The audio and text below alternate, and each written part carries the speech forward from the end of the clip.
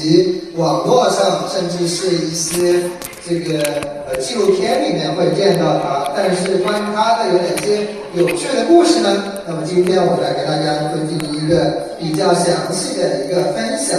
所以今天的主题就是关于这一类植物的可能很多小朋友们都看过这样的一个动画片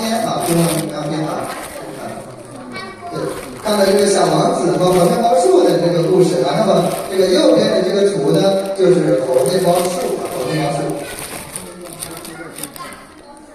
对，同时有很多家长可能也都见过这样一幅这个举世闻名的一个景点这个是全世界享有盛誉的，跟长城、故宫、巴黎的齐名的世界上的一个这个被誉为人一辈子一定要去50个地方之一这是被国家地理曾经这个是提名的这就是位于马达加斯加西南部的这个叫穆伦达瓦的猴面包树大道它为什么这么有名呢？因为它的这个大道两旁生长着几十棵上千年以上的这个猴面包树非常非常的壮观大家看到这个小汽车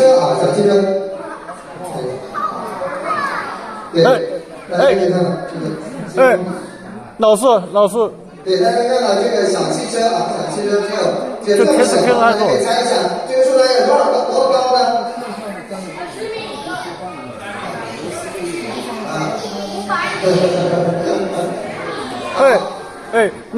老师，因为这个颜色偏的比较严重，这个照片的颜色是以哪个为准？哪个照片？这显示器跟它偏的比较严重。偏色比较严重。颜色以哪个为准？这个为准。偏色比较严重对，这个树呢大概有50米50米左右的样子。大家看一下这个树有什么特征呀？它的这个树冠怎么样？还有呢？还很少，对，今天说的很对所以红面包树有一个名字，大家知道了吗？被栽到了的树。什么叫被栽到了呀？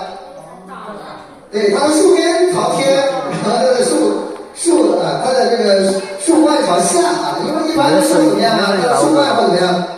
颜色以哪位？非常大，像一把大伞是吧？但是这个植物很有意思它的树冠很小。相反的，它的树根很大大家知道为什么它的树根要很大吗？找水。对，大家说的很对，说明大家对植物对生物还是很了解的。因为它生长在的地方，大家看出来是非常非常干旱的。那么它为了喝到深层次的这个地下水，它就得拼命的往怎么样？地上长。对，往下扎根。那么其实猴面包树都有一个这个大肚子特别大的胖的肚子所以在当地人对这个叫它叫什么树，大家知道了吗？大肚子树。小朋友们，你在妈妈肚子里的时候是什么样？妈妈被称为什么？孕妇是不是？所以在当地有个名字叫孕妇树孕妇树。所以呢，大家刚才看到这张照片，别的植物都很稀稀拉拉的，只有红面包树活了下来。大家知道为什么吗？干死了。对，有一个重要的原因就是它能够吸水，能长得很大，别的植物相对来说没有吸水能力没那么强。第二个原因就是其实还有很多的大树都被当地人怎么样砍掉了，但是当地人不会砍猴面包，大家知道为什么吗？因为它是孕妇，他们认为猴面包树是所有树木的妈妈。如果砍掉了猴面包树，其他的植物，甚至它们的玉米芒果都没法生长了。所以猴面包树被保护了起来，成为能够存活到现在，有很多的数的一个重要的原因啊，这个就是大肚子猴面包树。那么其实呢，在生活当中还很多人会把面包树和猴面包树搞混淆啊，搞混淆。其实我们说的面包树，并不是猴面包树啊，猴面包树和面包树是两种截然不同的植物，它在分类上属于两个不同的科。大家都没有吃过菠萝蜜啊？这个像不像菠萝蜜？对，这个就是一种菠萝蜜树。那么真正的面包树，它是一种菠萝蜜树，大家记住了啊。这个果子啊，这个果子，它是一个大菠萝蜜啊，它跟菠萝蜜是兄弟姐妹的一样的关系，我们叫它同一个属的植物。我们知道生物的分类是按照什么呀？界、门、纲、目、科、属、种。那么属是相当于是打个不恰当的比方，你和你的姐姐可以说是同一个属的啊，你们都是一个家庭的啊，共有一个妈妈啊，共有一个妈妈大家看到啊，这个就是面包树的一个解剖图啊，左边的啊，看到没有啊？大家有没有吃过桑葚？吃过是吧？吃过菠萝蜜。那么这一个呢，其实就是菠萝蜜的一个果子啊，一个果子。这整一个我们叫它一个果实的集合。这种果实类型呢，我们叫它叫聚花果，包括菠萝也是。我们吃的菠萝啊，那一个洞一个洞咬掉的那个部分就是一个果子。这个，那么菠萝蜜其实是叫聚花果啊，桑葚也是这样的啊，桑葚也是这样的。好，这个是在东南亚啊非常流行啊，他们当地人会把面包树烤了以后蘸酱吃啊，蘸番茄酱。如果大家有机会去到马来西亚印尼去旅游，大家会吃到这个面包树的果子啊，而猴面包树呢，它是截然不同的。这个就是它的一个果子，一个果实啊。这个是几个果实啊？对。那么这个呢，是它有一共有多少个果实啊？对，数不清的果实，很多个，每一个就是一个果实啊，每一个就是一个果实。大家知道这个概念啊，知道一个概念啊。我们最常见就是菠萝啊，菠萝是这样的。这个是猴面包树内部的一个结构啊，内部的一个结构，它长得像白白的这个面包啊，面包。我们再近距离来看一下啊，这个是面包树的果实，然后做出来这个面包猴面包树的这个果粉啊，果粉。这个是在刚才也是那个这个猴面包树大道上啊，这两个特别大的一个面包果子。那么今天呢，我也给大家带来了一个猴面包树的大果子啊，这也是我见过的最大的一个猴面包果子啊，最大的啊，很大啊。一会儿呢，大家可以啊，等到讲课完以后，大家都可以上来参观观看一下啊，观察一下，抚摸一下它。对，这个果实呢非常有意义啊，它不是我从非洲带来的啊，它是广东啊原产的啊，广东种植栽培的，这是去年啊有人送给我的，也是我见过的最大的一个猴面包果子，在野外是长不了那么大啊，在野外长不了那么大。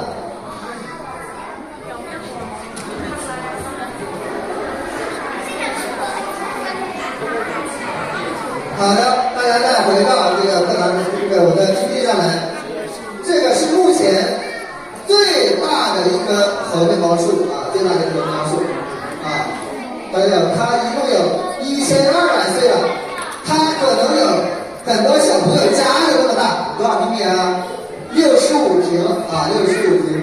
它重54吨，一共有接近20米啊，20米。它没有那个我们说大树上那么高大，但是它非常的这个粗壮。这些人啊围起来啊，大家数数有多少个人能围起来啊？1、2、3、4、5啊，这一圈大概有20个人，那么至少有50个人啊，差不多50个人才能把它环绕啊，大不大呀？接受。可能有好几辆汽车啊，那么宽，好几辆汽车排起来那么宽啊，这个是最胖的一个。那么我们看一看猴面包树，它的这个分类啊，我们举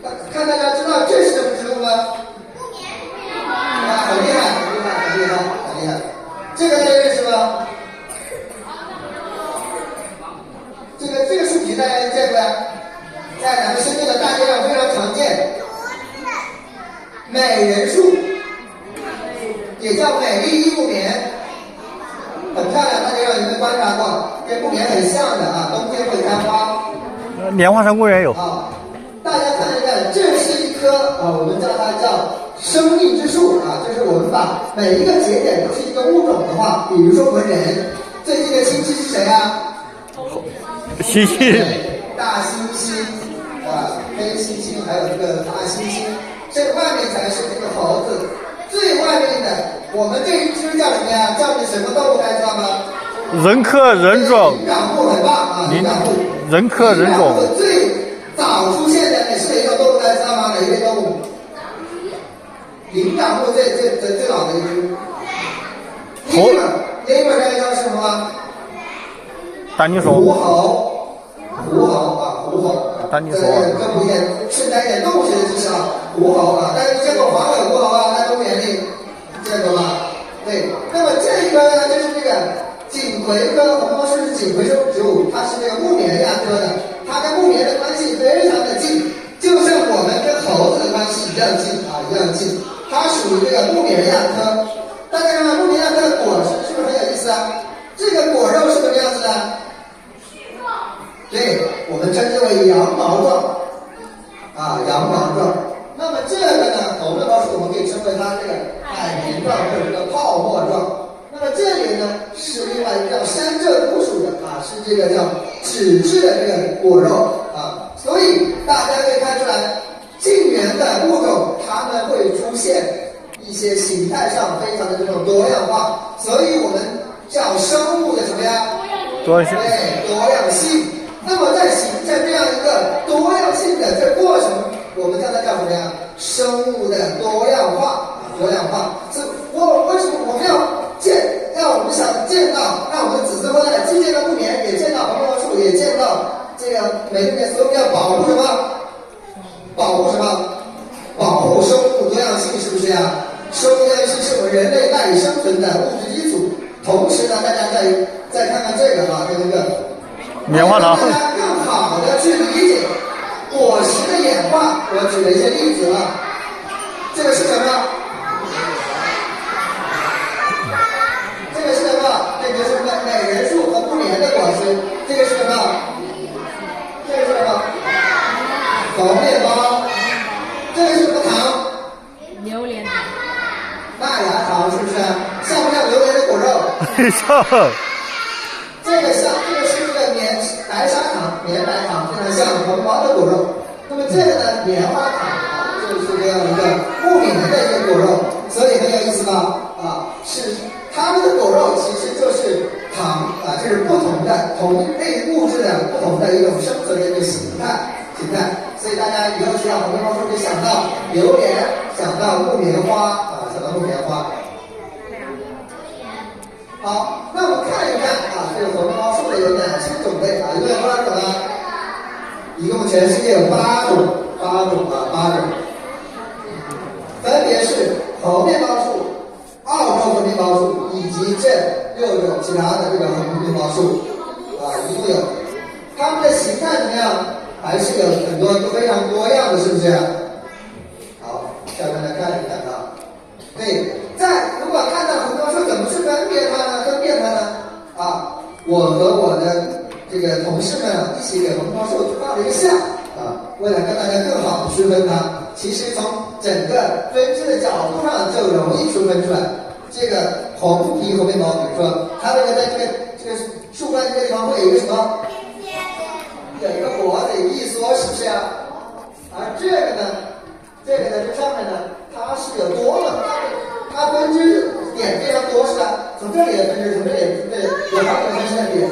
那么这个树呢，它基本上只在一个地方分支，而且分支是比较平展的，比较直的。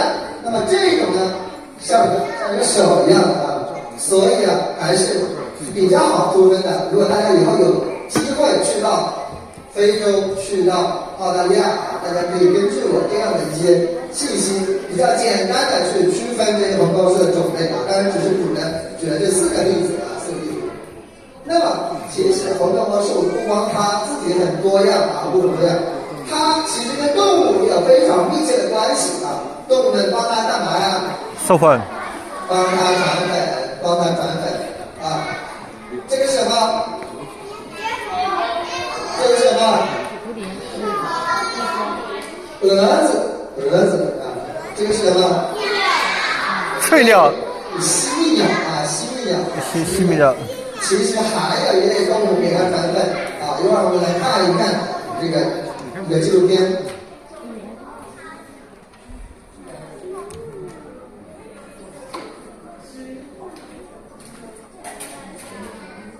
看看这个纪录片是怎么放。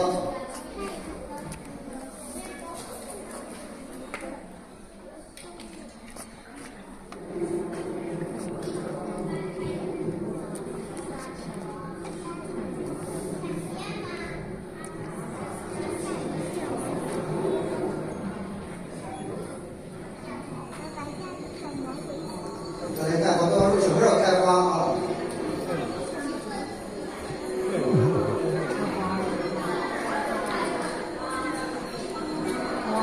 开花了，好美哦！这什么花呀？开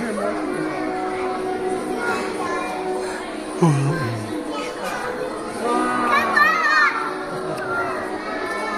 像千金，好美哦！小动物好吗？属狐猴。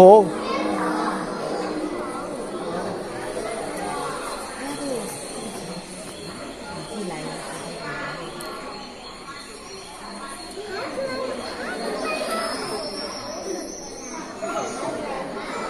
好的，稍微注意点啊，朋友们。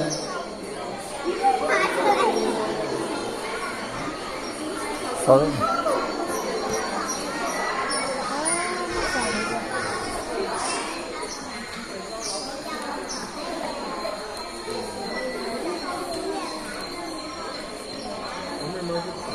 这掉的是什么呀？花蜜啊，花蜜。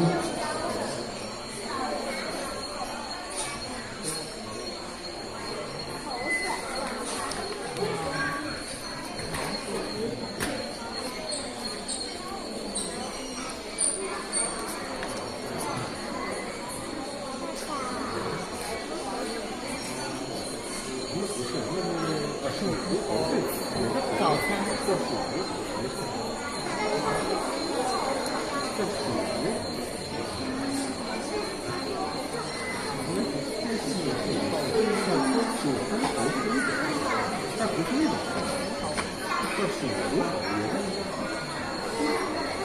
大家注意观察啊，咱们来捡那个花蜜。啊，一点一点。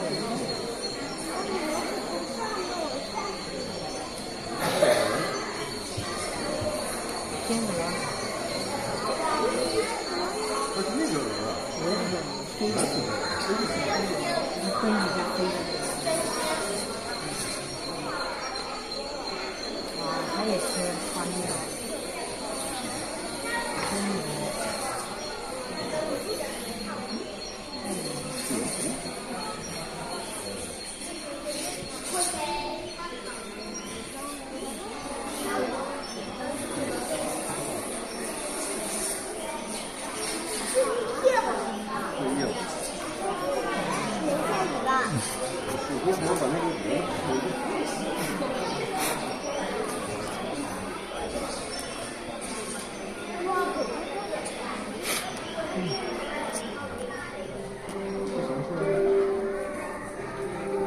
你别找我。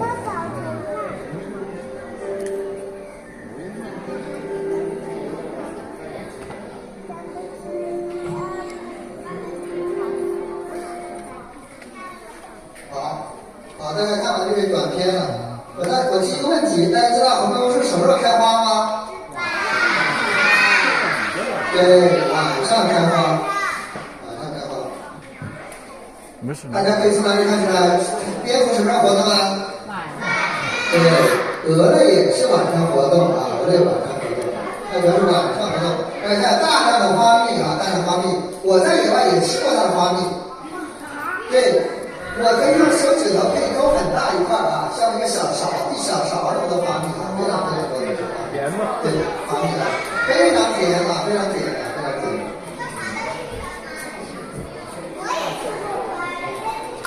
好，我们看一下红面包树是怎么分布的呢？啊，我们刚才说过，红面包树有几种啊？大家记得吗？对，8种。它分布在两块大陆以及一个岛屿啊，一个岛屿。大家知道这个岛上马达加斯加岛啊，是世界上非常非常大的一个岛。然后呢，这里小小的这个马达加斯加啊，跟这个相比起来啊，有6种红面包树。那么整个非洲大陆啊，只有一种。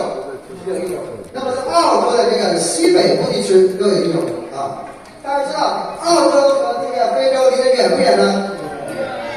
对，非常非常远。那么这个亲兄弟姐妹为什么会离得这么远呢？大家有没有思考过这个问题啊？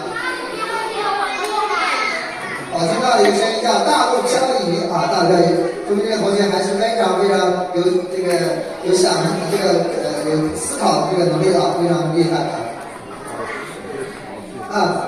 我们呢把这种啊在生物学上，我们把这种现象，这个近缘的物种啊，跨大洋或者跨大洲这种分布叫什么分布啊？叫间断分布啊，叫间断分布啊，就是啊。那么间断分布有什么成因呢？刚才大家说到的一个原因就是大陆漂移啊，本来是长在一起的，这每一个点都长在一起，后来又怎么样啊？大陆的漂移被分离了，是不是啊？被分离是。我们这因为叫隔离分化啊，就是因为它们长时间的隔离导致形成不同的物种。那么还有一种是什么样啊？它本来长在这里，它怎么样？对，飘过去了啊！这个词儿用的很好啊。其实就是什么样啊？长距离的扩散过去了。扩散的路径有哪些？大家可以知道吗？哪些路径？怎么过去的？鸟屎。对，鸟怎么样？鸟可以带回去，对，鸟拉屎可以带回去。还有一些像苍耳这种的，怎么样？会粘在鸟的羽毛上，就能带回去。还有的时候会随着大洋的洋流怎么样？飘过去啊。那么关于这个红面包树这个间断分布怎么形成的啊？最早的时候科学家们也认为它是由于大陆漂移造成的，但是后来呢，基于这个2019年这个研究，我们发现啊，澳洲的红面包树跟其他的7种红面包树是一个姊妹群的关系，就是它是单独一个枝，另外一个什么意思？它们在跟它分离的时间呢非常的晚，特别是大概1600万年。大家知道，但是我们的马达加斯加岛和这个澳洲分开的时间非常非常的久远了，应该在6000万年以前。所以大陆漂移学说站这儿有没有可能啊？不可能啊！那么它是怎么过去的呀？有人在走，飘过去的啊！有人，因为人的出现的时间太短了，不足以形成一个新的物种，所以它是靠洋流飘过去的啊，洋流飘过去的啊。所以现在这个我们叫它长距离扩散假说啊，比较这个占优势啊，比较占优势啊。那么红面包树有哪些作用呢？啊，有哪些作用？大家看大象在干嘛呀？对，大象在啃甘蔗。红面包树就是大象怎么样？那现在知道热带地区有春夏秋冬吗？没有。只有什么？只有旱季和什么？雨季。这张图里是什么时候？怎么看出来的？对，草枯了啊，草枯了。在雨季的时候，非洲的大草原是非常绿、非常漂亮的啊。那么在旱季的时候，就是像我们冬天一样啊，非常的干旱。那么大象找不到水分怎么办呀？大象有什么？长得有2个什么？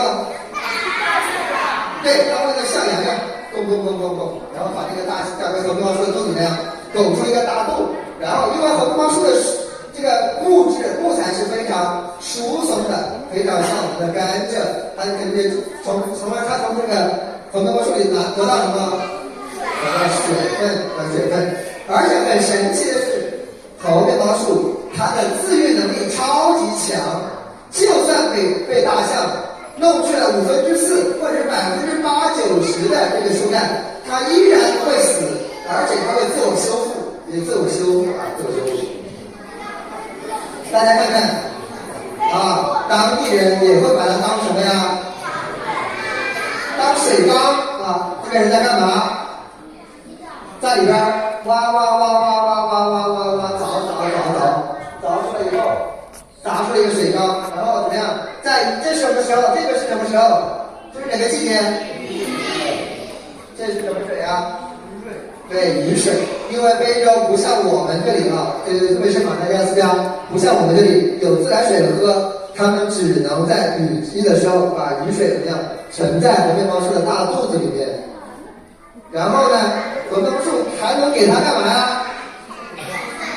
净化、沉淀，甚至是杀菌啊，杀菌。所以你看看这个水你敢喝吗？但是到了后面看水是不是非常干净了啊？这是旱季的时候，所以红面包树是当地人的非常重要的水缸啊，甚至是水塔啊，也非常重要，对当地来说非常重要啊。大家可能很难理解啊，以前我也不理解啊，我觉得我们哪里打个井就有水了，但是到了非洲，我们打井非常困难，就没有机械，而且呢，就算打井也不一定有水啊，因为太干旱了啊，干的你跟冒烟啊，就夏天能到了40、50度啊，非常的炎热。然后他们当地人一天中最重要的2个事，大家知道是干嘛吗？工作就要去打水和放牛，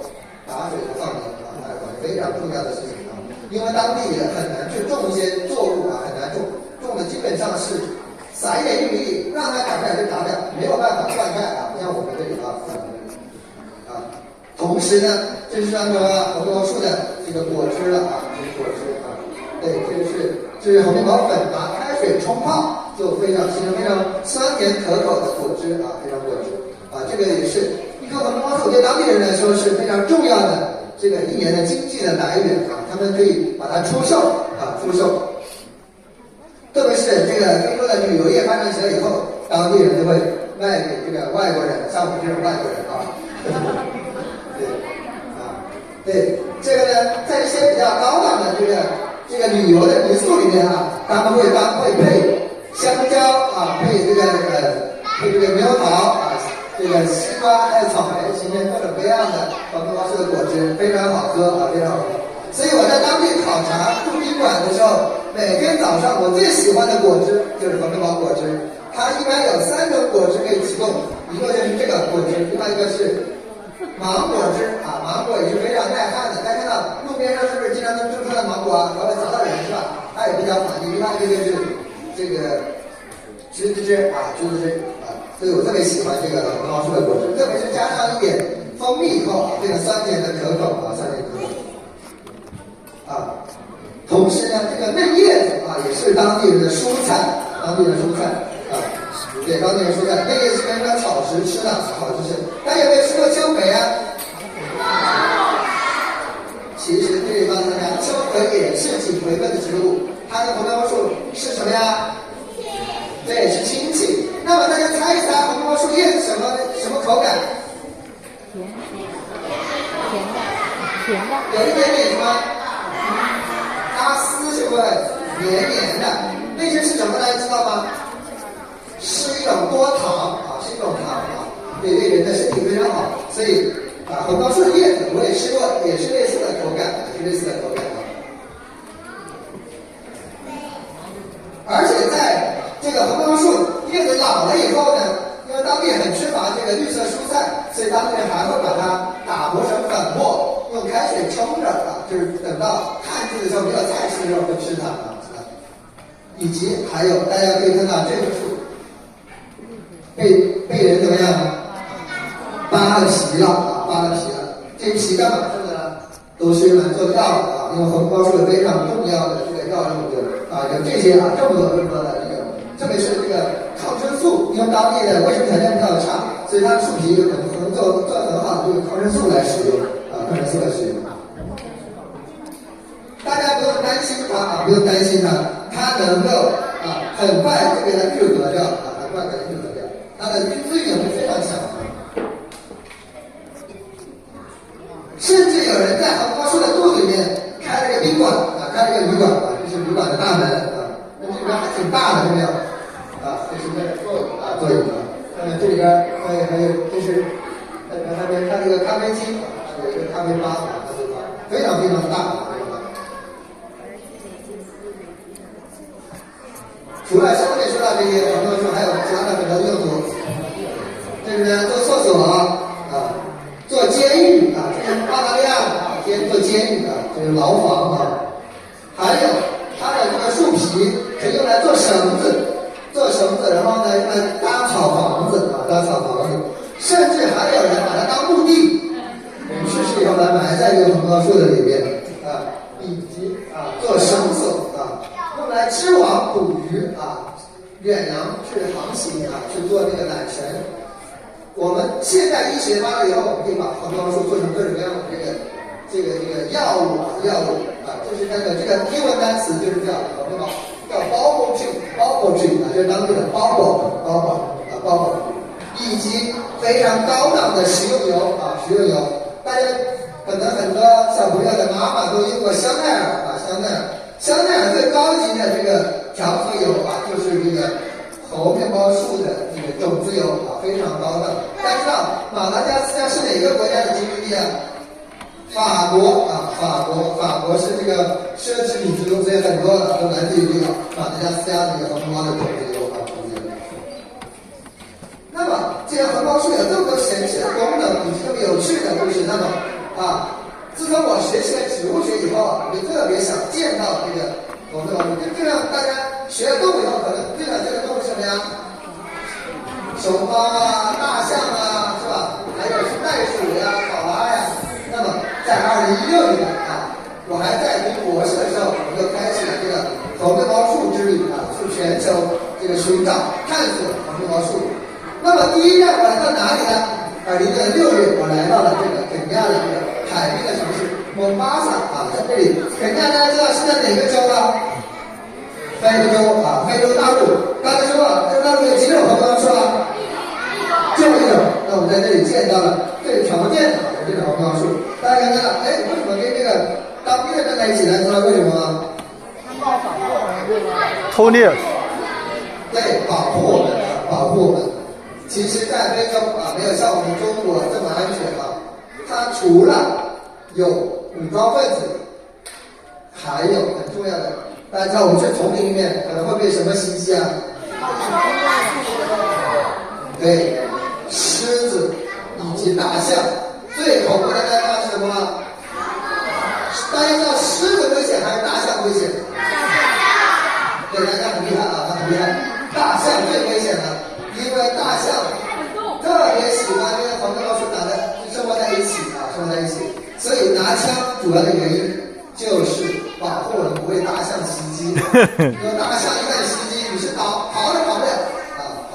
所以我们每次去都会请当地的这个民兵去保护我们荷枪实弹然后呢，就在这样一个保护区里面，我见到了这个非常大的这个红面包树，这是我见到的第一棵红面包树非常的震惊当时迫不及待的要给它去合影。再看它的根系非常的大。这种就叫这个红面包树。在这里再给大家讲讲，大家知道这个是它的什么名字呀？拉丁文。对，拉丁文叫什么名字？学名很棒。前面这叫什么名字？这是什么名字？对，中文名或者叫俗名，我们英文讲的叫 common name， 这个叫 scientific name 叫什么？科学的名字。所以以后大家千万不要犯错误，不要说猴面包树的学名是猴面包，对不对？那它的学名是什么？大家读一下，会读吗？我的送你第几头？读一下拉丁文。其实拉丁文发音很容易有点像汉语拼音吧。大家千万不要用英文的发音来对到它，它很好读。Andersonia。以及塔卡。对，阿丹索大家知道这是一个人名字，是法国非常著名的一位植物学家，所以用他的名字来命名的啊。对，所以用他的名字来接阿丹索两给他的。这个大家知道下来什么名字吗？属名，这在拉丁里面，这个部分这两个部分组成，是不是？它有两个单词，是不是啊？这个是属名，这个是它的种加词。对于一个属的植物，它前面的这个名字是什么样？一样的，知道没有？一样的啊。大家知道人的拉丁名是什么？人科人种。Homo sapiens，Homo 就是人，就是人。Homo 是哪个属的呀？人属的啊，人属人科人种。人科人属人种啊。说的意思就是它的叶子是怎么样？五裂的啊，这是开裂的啊，开裂的。啊，然后我在这里还见到了，当时我们在这里看，这是旱季的时候。当时我正在准备想量一量这个树有多粗，当时有好多小孩看到我了，他看到我了，跟大家看到外国人一样很激动，都过来跟我合影。哎，他是怎么有的人还这么白啊？虽然我已经不白了，哎呀，很好奇，非要跟我合影，然后我就拉着大家一起来量一量这个树有多粗了啊！所以当时留下一个非常珍贵的照片啊，非常珍贵的我记得当时这旁边还有非常多的变色龙大家知道在马达加斯加变色龙非常多啊，非常多啊。然后这些小孩手上抓着一个变色龙对，他想把变色龙卖给我们大家觉得这种行为好不好呀？对，但是我们也要开始反省啊，他为什么看到中国人就往上卖呢？就是这个我们一定要注意，我们在外面旅游的时候一定要注意自己的言行。他们认为中国人特别喜欢购买野生动物所以大家大补啊，千万不要购买野生动物我们在那里考察的时候，被公安机关、国内公安机关给我们打电话，告诉我们千万不要去抓和买野生动物，因为有一个人，中国人在机场被抓了，判了5年，判了5年他怂恿跟他一起去旅游的小孩的家长帮他携带野生动物回国，在机场被抓了，判了5年，罚了20万，所以大家千万要注意是在非洲的机场还是在入境大陆的时候被判的？对，在非洲的机场，他们对中国人，针对中国人查得非常严那么我们在野外考察经常会采集什么呀？植物的标本大家看看这个我们在干嘛吗？打果子。对，我们要采集这个标本的这个果子但是这个树太高了，我们拿着什么呀？高枝剪有没有看不全？其实是一个高的剪刀我们会剪到这个枝条这个太高了，那高枝剪就够不到。然后我们要把我们这个非洲的小师弟给他举起来让他去捡两个人抬着然后终于踩到了这样一个标本这是当时的一个标本。那个剪龙眼、剪荔枝就用这种剪子剪，龙眼、荔枝。这个是旱季的时候好丑啊！这个旱季的时候有点丑。对，这个是大家在这个树形是非常，这个树形是比较大一点，这上面结的就是它的果子这个果子这个是很多果子这也是旱季的时候看有没有叶子对，大家刚才说到的这个，它的种加词就是这个意思就是这个叶子是像长叶的像木棉一样的叶子那么在第二年我来到了这个马达加斯加马达加斯加被称为世界上的第几大陆，大家知道吗？第8大洲。对，第8大陆你到马达加斯加，你相当于你有点感觉像到了火星或者到另外一个星球，因为马达加斯加有80%以上的动植物都是特有的，一共植物有4个特有的科非常的奇特大家看到这个是叫红皮红毛树这个 luminosity 的意思就是红的意思 ，rubro 就是红的，红花的，红的。这是大家再回忆，这是什么呀？这是什么名字啊？属名是不是？它们都是同一个属性之间，大家只看这个词就行了。看它的形态是不是很有意思啊？这个长得像一个什么？胡萝卜。这个呢？人参。像个人参是不是？这个呢？是不是像个筷子？带刀锋吗？啊。这两个腿四脚朝天的，是不是？啊，四脚朝天的很有意思啊。它的树形非常的独特啊，非常独特。这个红，这也是我最喜欢的一种红面包树啊。大家来看，还是这种红面包树啊。看这两个，像叶子一样捆在一起了，是不是？然后这个啊，像一个大花球啊，大花球。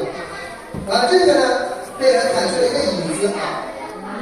这是我的老师啊，他坐在上面啊，坐在一个板凳上面啊，这个红面包树啊，形态是非常多样的啊。然后呢，大家在想，我是怎么爬上去的？大家知道我怎么爬上去的吗？绳子有哦，有好的坑。这些洞是打的还是自然形成的？这个是当地人替我砍好的。他们为什么要砍洞上去啊？上去摘红光的果子啊，所以我基本上可以爬着楼梯上去，爬着楼梯上去，啊，对，啊，然后还非常有幸啊，我们来到另外一个地方啊，这个叫阿仁啊，这个红光树在很多的电影和纪录片里都有介绍，他们当地人叫它叫 grandmother，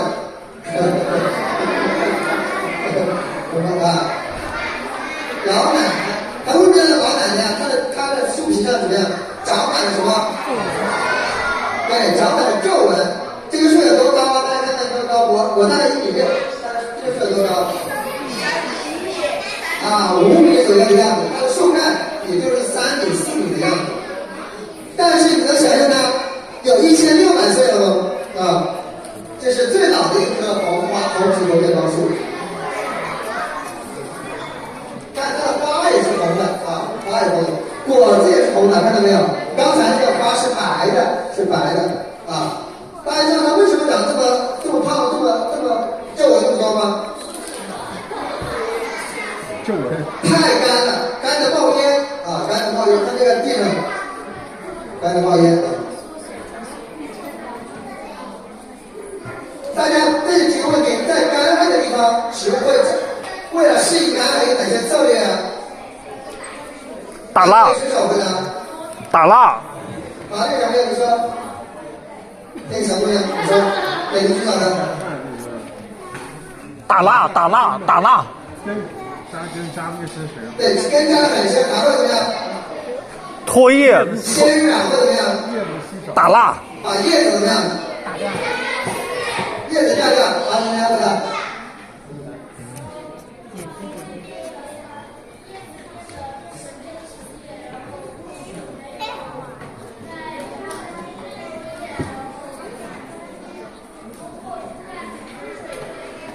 对，很棒啊！那么，其实在这个区域，大家看到，可能这个照片分辨率不够。这棵树就是长满了刺的啊，长满刺的植物啊，这个叫龙树啊。它是让自己变成刺，叶子变成刺，它是让自己变得胖胖的啊，对，这是适应干旱的一种策略啊。大家看看这个，就是关于这棵树出现在这个纪录片里面，我给大家讲。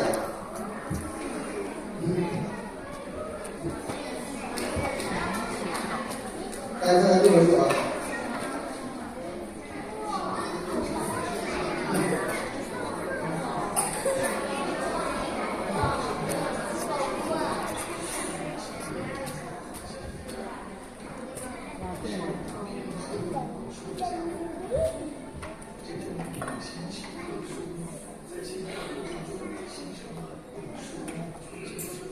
这就是我刚才看到的那棵树。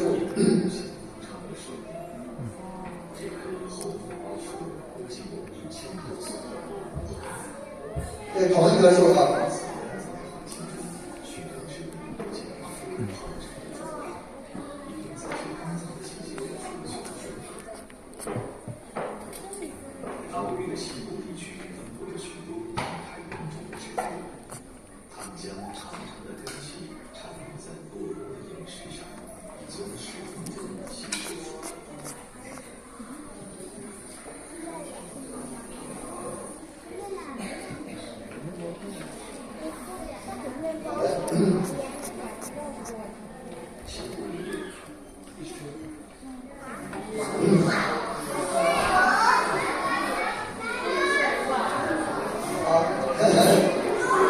我为什么要说到这条史呢？因为那一天我看到这个老奶奶的时候，特别热，哎呀，热的我都就有点中暑了啊！然后我在旁边转，哎，发现一个山洞，刚好里面有水，我知道水在有小瀑布在里，我就想进去洗把脸啊，洗把脸，当然不敢去喝水。当我走到这个水边的时候，吓我一大跳，一条大蛇藏在这里，吓得我赶紧跑啊！后来定睛一看，原来是一条马岛地马啊，就是甩在地上的马。蟒蛇有的会长在树上，这叫树蚬啊，这叫地马啊。所以当时他跟我一样也很怕热，在这乘凉呢啊，乘凉的。所以在这个野外考察中呢，总会有一些惊喜或者意外啊，意外。然后呢，同时呢，这一页让我们还看到了这个亮叶猴面包啊，刚才说过，它的树干是这样的啊，这样的，像一个这个手指一样往上长啊，它的树花非常的小。对，这是我当时邀请了一个小朋友来跟他拍照，看到没有？这个树很高啊，这个树比起这个刚才这个老奶奶要高得多，高得多。对，然后呢，在18年啊，我们来到了著名的穆伦达瓦啊，这叫穆伦达瓦啊，红面包大道啊，这个是黄昏的时候，非常的漂亮，很壮观啊，非常壮观。这一种呢，就是叫这个 Grandfather，Grandy 大家知道吗？大的意思啊 ，Grandmother，Grandfather 老的意思啊 ，Grand 大的啊，大黄面包啊，就是它是最大、最高大的啊。这个呢，大家看到还是这个大黄面包啊，但是它怎么样呢？要胖得多，是不是啊？啊，这是我们马达加斯加的一个小师弟啊，他现在正在中国读博士啊，但他也就1.6米，跟我差不多啊，但他这个树只有大概不到3米这样的一个高度啊。同样是大黄面包，因为这里相对来说比较怎么样啊？比较湿润啊，这里呢是海边的这种盐碱地里面，非常的干，所以它只能长成这种胖胖的。这同一棵树以后由于环境的变化，长成不同的形状。大家想想，如果我把它种到中国来，种到广东来，它会长什么样？细高高。对，长成这样啊，长成这样。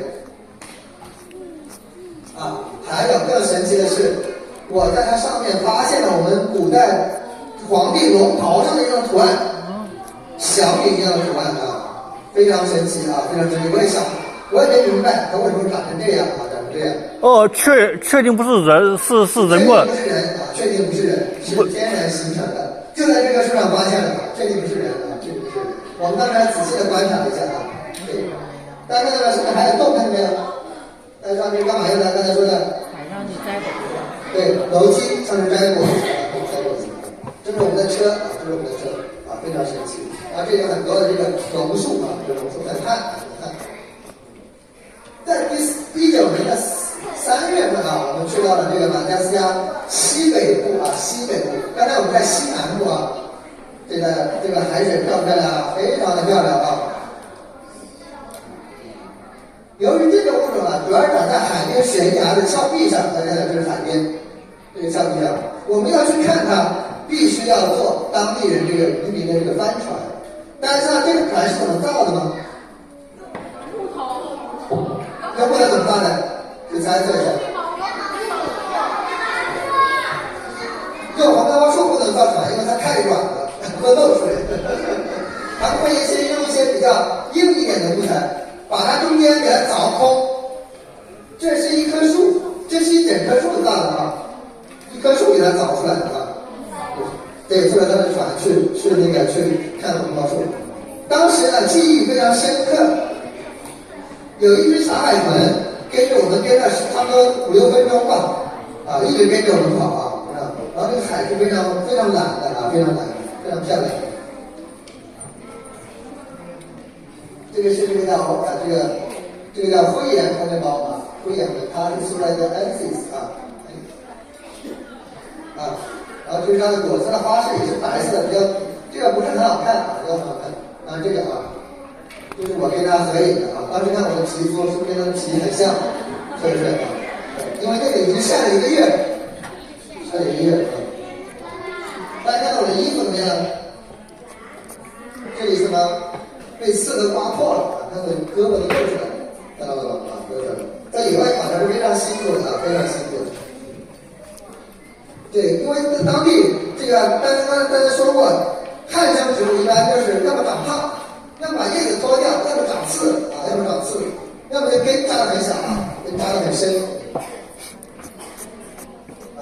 看这个是我当时看这个衣服已经烂成这样它长在这种石头岩的一个岩石上面非常难爬，同时这个石头是非常疏松的，当时就发生了一点点意外我去拍这种植物的时候，一脚踩空了，那个石头很松一个很松，然后呢，直接这个石头非常尖，像刀一样直接把我这个小腿这里都割伤了，现在还有一个疤。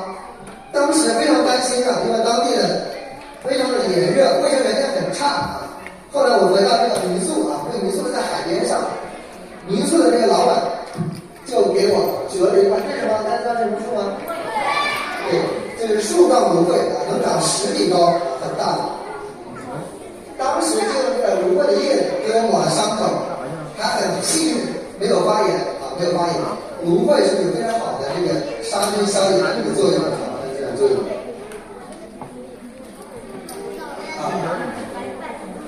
在同时在这个海边比较湿的地方，我们发现大家看到这个花是红色的红色的红毛树它也叫马岛红面包它这个主家词是用这个地名来命名的Madagascar ensis 长在是海边上它的花是红色的。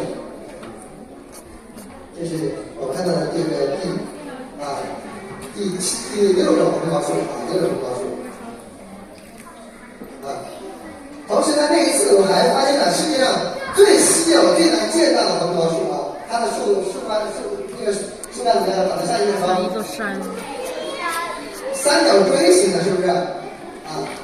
也是果子最大的在野生的也是果子最大的。这是我的手这是我的手就是没有这么大，在野外也叫大果红面包。当时呢，这也是我们世界上最濒危的一种，全世界好像成年的个体不到20个，也是徒步了4个小时才找到的对，非常稀有的。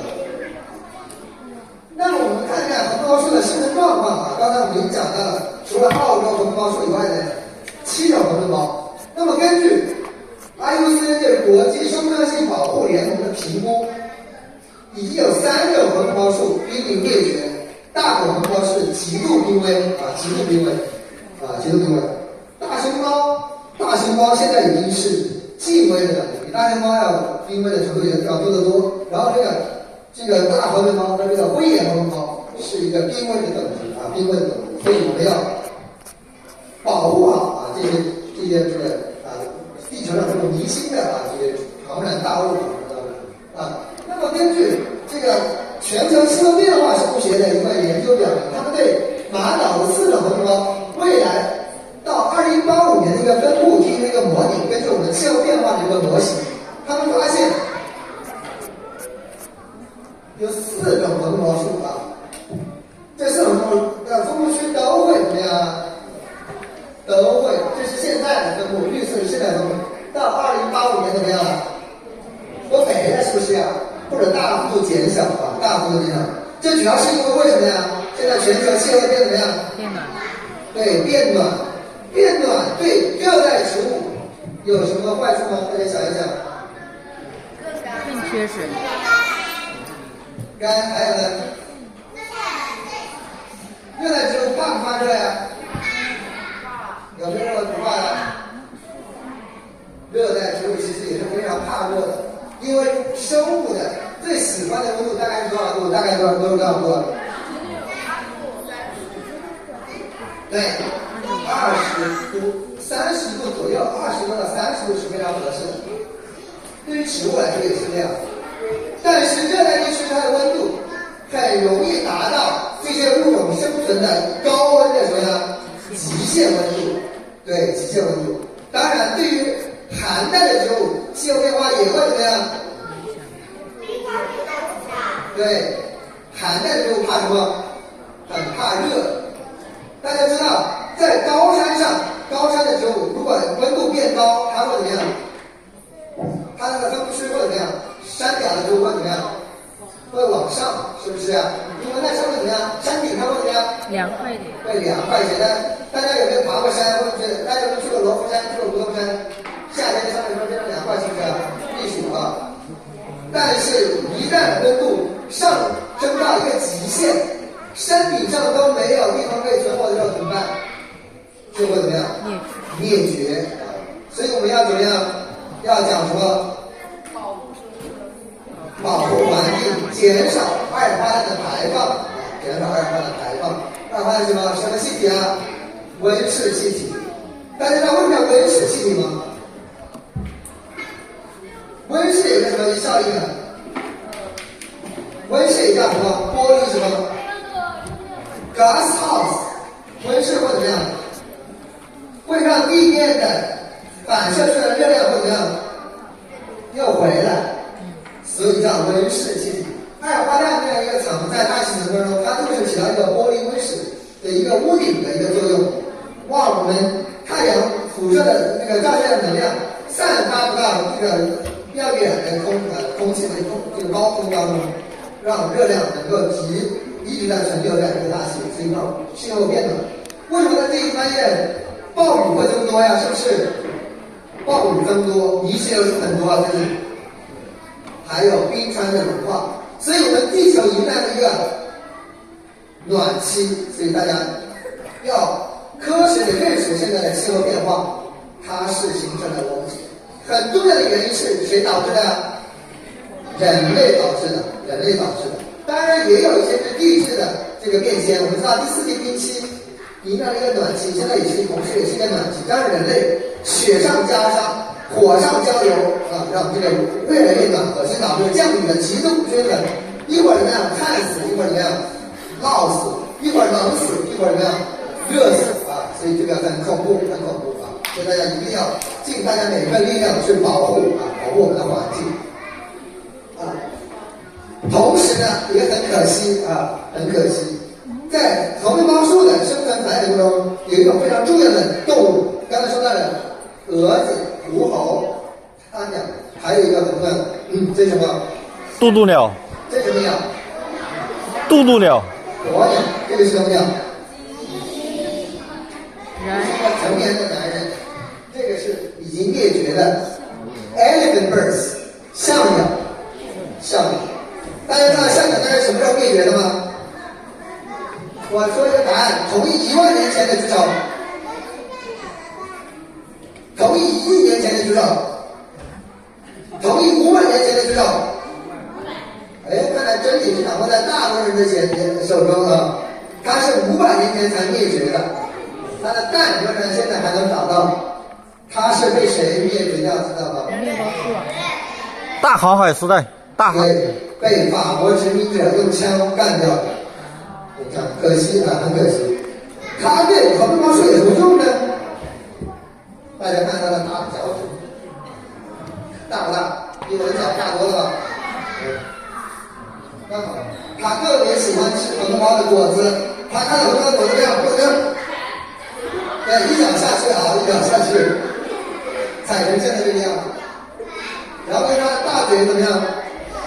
里面的果肉，它会连果肉和种子怎么样？一起吃掉，一起吞下去，一起吞下去。然后它会怎么样？在这个马达加斯加岛上长距离的怎么样？迁徙、拉屎。刚才说过了，拉屎。然后这些种子怎么样，就会怎么样？会让其他的粑粑排出来。大家吃过西瓜吗？吃西瓜要吐籽吗？有没有不吐籽的？对，我吃西瓜我也不吐籽。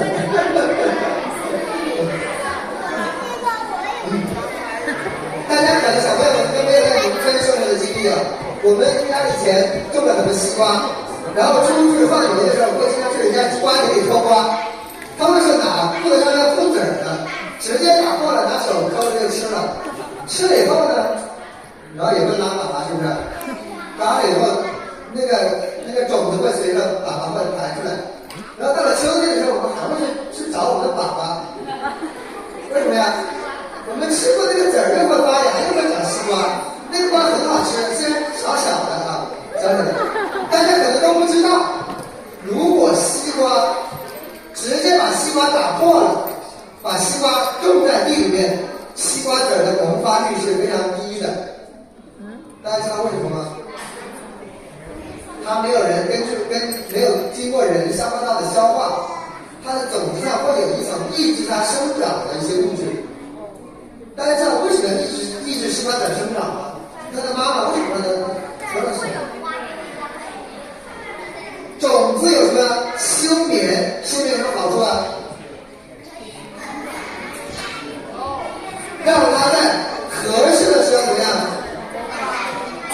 对，如果我吃完以后，我拿那个种子，它在秋天的时候才结果，它怎么样？那种子怎么样？这样子后代就不能继续繁衍，是不是呀？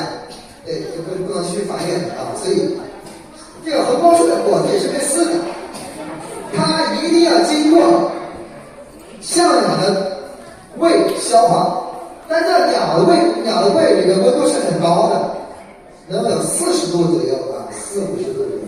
所以这个红光树非常重要，非常重要。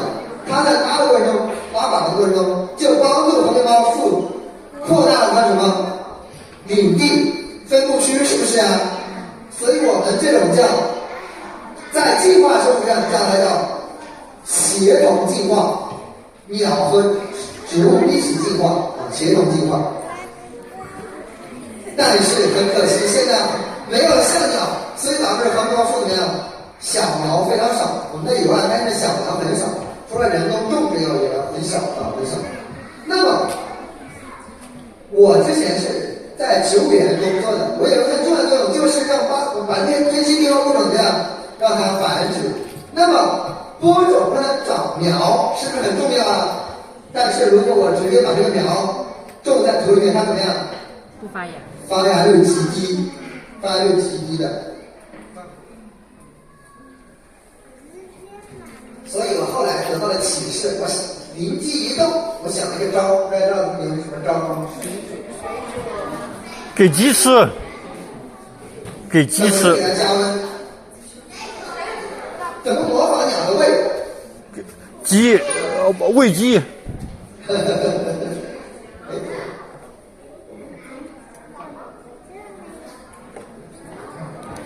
你水煮就煮熟了，煮熟了就吃了。对，我想了一招，我把这个丢到锅里面去，给它煮，大家觉得会不会把它煮熟了呀？会。那怎么办呀？时间。水刚开的时候赶紧怎么样？关火。赶紧，这是被我煮过的种子啊，被我煮过的种子，但这是一个锅啊，一个锅煮过的种子，然后我把这个果汁干嘛了？被我喝了，果汁被我喝了，种子就拿来种了。然后大家猜一猜，现在发芽率大概有多少吗？100%。100个种子是吧10%。90%。如果我直接播种的话，发芽率只有20%不到，20%不到啊。所以我从哪里得到的启示啊？对，象鸟里的启示啊，象鸟里的启示。同时呢，最近我也很高兴，发现我们广东地区已经要在大规模的种植这个果子啊，这是什么？这是我从这个树上摘下来的。对，我以前不知道啊。然后呢，因为我有这个账号啊，我经常会发一些我自己在野外考察的经历。然后当时种的那个老师呢，他是广东海洋大学的，他就问我，叶老师，我们想这个发展一下红枫树，你有没有兴趣啊？我说你种了多少？他说种了好几百亩。哎呀，我说人家有人种这么多啊！他是在20年前就开始种的，所以我去了湛江啊，在湛江种的一个红枫树的农场，然后发现结的果子这么多啊！但是大家不要高兴的太早。如果让你去种，你种了红枫树，一个果也不结，一个果也不结，一个果也不结。大家可以去看一看广州的华南植物园，还有深圳的仙湖植物园以及东莞植物园都有种红枫树，但是基本上不结果。为什么不结果？大家知道吗？对，没有人传粉。但是大家知道为没有传粉的一个原因是什么？晚上开花。没有那种晚上开花。对，大家的问题都很对，但是那个当时种这个树的这个老板，他的家里人提了一个问题，可能都不对。他说：“叶老师，难道是红枫树是分公母的吗？”啊，当然这个想法也是对的，但是刚才我们已经看到了红枫树的花，它是怎么样的？雌雄同体。对，这个大家肯定要回顾一下啊，它的花的结构。雌雄同体，有可能是同体的。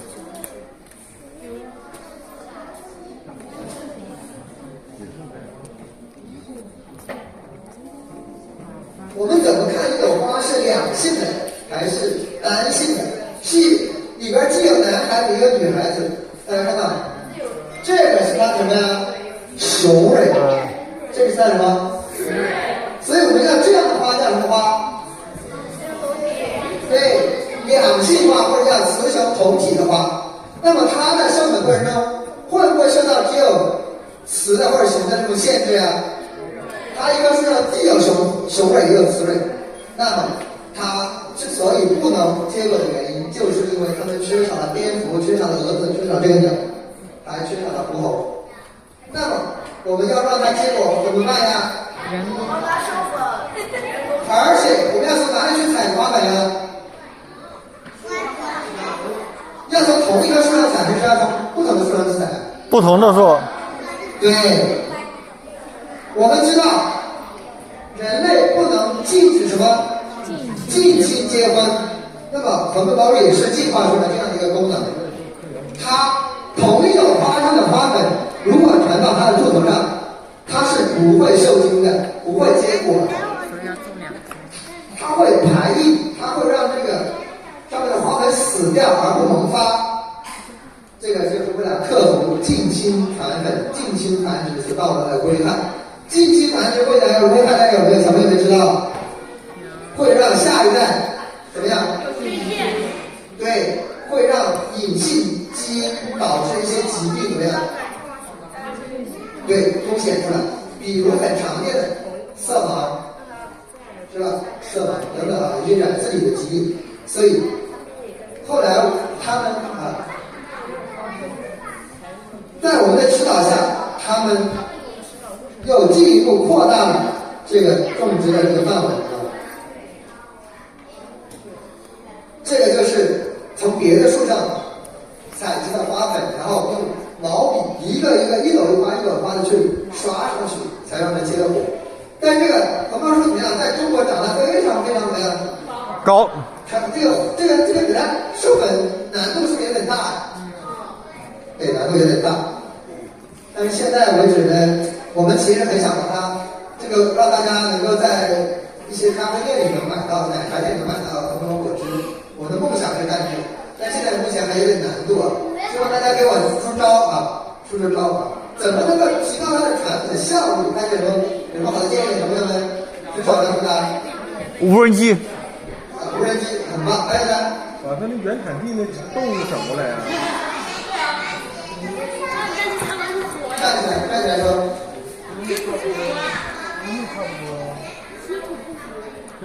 好的，这是个不错的建议，但是这个建议会有什么危害吗？我们想一想。给他传的这个蛾子是哪里才有的？我们如果引入这个蛾子会怎么样？生物入侵。生态腐蚀会造成外来物种入侵。生物入侵。对，生物入侵。还有没有别的成为一个比较好的办法？给他那个把消顶，不让它长到那么高。这个家长很厉害啊，很厉害。我们想到了有2种方法，一个是无人机把花粉收集人用喷雾的方式给它撒在上面开花的时候，但是还有个问题，喷花啥时候开花啊？啥时候开花呀？对，晚上嘛，又难度又大。所以我们这个比较好的办法就是把它矮化它。现在呢是看做摘芒果，摘荔枝是那个荔枝树都是矮矮的，芒果是矮矮的啊，但是还是很难啊，因为这个大乔木啊长起来太费劲了，太费劲了啊，费劲了。能不能把它嫁接在灌木上去？对，这是个想法，我们看看能不能嫁接到木棉树或者是这个木棉上啊，对，就是啊，当然这个植物呢现在研究的很少，大家如果有兴趣啊，我们后面有同学有兴趣啊，欢迎那个大家啊从事这方面的研究，也欢迎大家以后能够报考我们中山大学生态学院的强基计划啊，我们的生态学院是全国的 A 加学科啊，全国排名第1和第2啊，也是欢迎大家啊。好的那么今天呢，这边大家讲到这里啊，也谢谢大家啊。同时大家如果有兴趣呢，也可以关注我的小红书账号啊，我也会发在野外考察的时候会发一些小的一些视频啊，或者有趣的故事啊，以及带着我们的2个小宝贝去观察植物动物的一些小视频。好的，谢谢大家。别走，还有评论，还有书，大家先别走。那个，我们先请那个叶老师下来跟大家开。